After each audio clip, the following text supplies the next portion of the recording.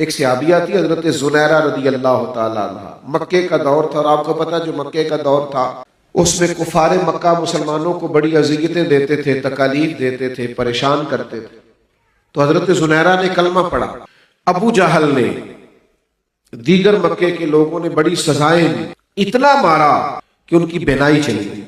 وہ نابینا ہو گئی۔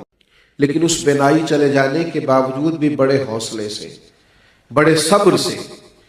بڑی قوت برداشت کے ساتھ، یہ جو میں نے کہا عقیدے کی مضبوطی ہوتی ہے، یہ بندے کو طاقتور کر دیتے، بڑے مضبوط عقیدے کے ساتھ وہ خاتون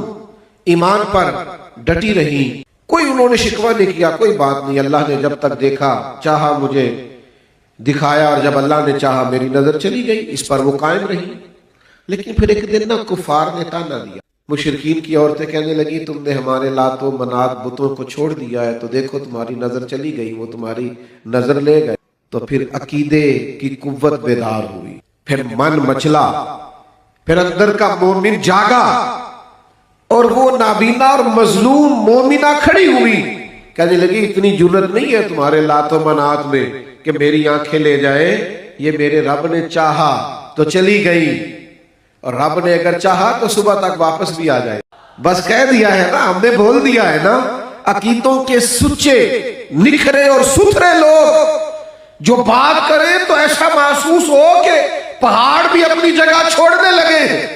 جو بولے تو یوں لگے کہ پرندے بھی رک گئے ہیں اور ان کی گفتگو سننے لگے ہیں۔ ان لوگوں کے انداز میں وہ ولولہ، وہ طاقت، وہ جذبہ،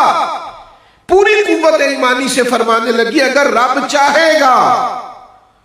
تو صبح سے پہلے پہلے میری بینائی واپس بھی آ جائے گی۔